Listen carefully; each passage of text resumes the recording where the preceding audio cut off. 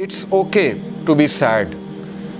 ہر انسان کی زندگی میں کچھ نہ کچھ ایسا ہے کہ اسے غم آئیں گے، اور یہ اللہ نے لائف کی نیچر بھی یہی بتائی کہ الذی خلق الموت والحیات لیبلوکم ایکم احسن عملا، کہ میں دیکھوں گا تم میں سے بہترین عمل والا کون ہے۔ کہ یس اندھیرا بھی چھا جاتا ہے اور وہ پورا کا پورا چھا جاتا ہے، لیکن کبھی بھی اندھیرا پورا کا پورا نہیں رہتا ہے، صبح ہوتی ہی ہوتی ہے، کبھی بھی سچویشن سیم نہیں رہتی۔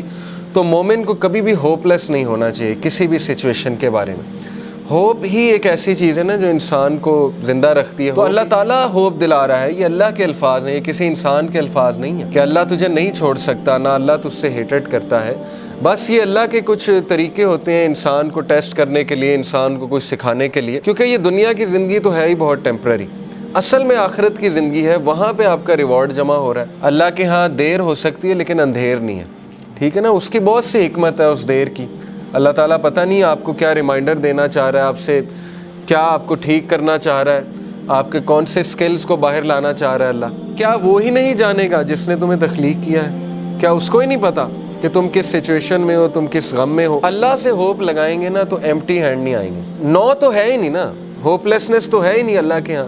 اس لیے یہ شیطان ہوپ لیس کرتا ہے بندے کو آ کے کہ جی تجھے تو یہ ملا ہی نہیں، پتہ نہیں اس کے بدلے اللہ نے کیا دینا ہے۔ تیرا رب تجھے اتنا دینے والا ہے عنقریب کہ تو راضی ہو جائے گا۔ جو بندہ خود پین میں ہوتا ہے نا، وہ پھر دوسروں کی بڑی زبردست مدد کرتا ہے۔ تو غم کو بری بات نہیں ہے، ٹھیک ہے نا۔ غم کو سزا نہ سمجھیں۔ غم جو ہے یہ تو روحانیت کی سیڑھی ہے۔ اس روحانیت کی سیڑھی پہ چڑھ کے انسان کا جو ہے وہ دل نرم ہوتا ہے، پھر وہ دوسروں کا غم فیل کرتا ہے اور پھر وہ دوسروں کے لیے کچھ کرتا ہے۔ دیکھیں نا، جن سے اللہ ناراض ہوتا ہے ان کو تو یہ سائن ہی نہیں ملتے، وہ تو فل مزے میں ہوتے ہیں، ان کو نہ کوئی مصیبت آتی نہ کوئی پرابلم آتی۔ جیسے اللہ کے نبی صلی اللہ علیہ وسلم کو اللہ نے کہا کہ ان کا جو مزہ ہے، ان کا کھانا پینا، ان کی عیاشی آپ کو دھوکے میں نہ ڈالے۔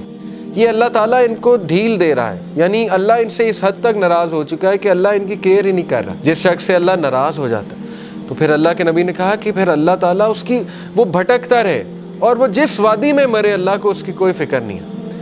یہ ہے اصل میں وہ شخص بدبخت۔ اور یہ کون ہے؟ وَلَا تَكُونُوا كَالَّذِينَ نَسُوا اللَّهَ فَأَنسَاهُمْ أَنفُسَهُمْ۔ کیا تو نے دیکھا اس کو جو اللہ کو بھول گیا تو پھر اللہ نے اس کو اس کا آپ بھلا دیا۔ اولئک هم الفاسقون، یہی تو فاسق ہے۔ تو اس لیے یہ مت سوچیں کہ اللہ نے آپ کو بھلا دیا۔ اگر اللہ کسی کو ناپسند کرتا ہے تو اپنے قریب کیوں لائے گا؟ مجھے یہ بتائیں، ٹھیک ہے نا۔ ایک بندہ کہیں اور جا سکتا ہے، کلاس میں آ گیا ہے، دین کا لیکچر سننے آ گیا، کیا یہ نشانی نہیں ہے کہ اللہ اس سے راضی ہے؟ ورنہ تو اللہ تعالیٰ چاہتا اسے کہیں اور لے جاتا، اللہ اس کی کیئر چھوڑ دیتا۔ اگر ایک بندہ گناہ میں اور وہ دعا کیے جا رہا ہے اللہ سے کہ اللہ مجھے کسی طرح نکال دے اس سے، تو اللہ تعالیٰ اس کو شاید کوئی غم بھیج دے، کوئی ٹیسٹ اور ٹرائل میں ڈال دے اور وہ بندہ اللہ کے قریب آ جائے۔ اللہ سے امید لگانی ہے، انسانوں سے نہیں۔ بیچ میں کوئی پھر وہ شرک نہیں ہونا چاہیے، بیچ میں نہیں کوئی ہونا چاہیے اینٹیٹی۔ ساری کی ساری امید اللہ تعالیٰ سے ہے۔ پھر آپ دیکھیں اللہ تعالیٰ جلد آپ کو ایسی چیز دے دے گا کہ آپ کا غم اللہ ہلکا کر دے گا۔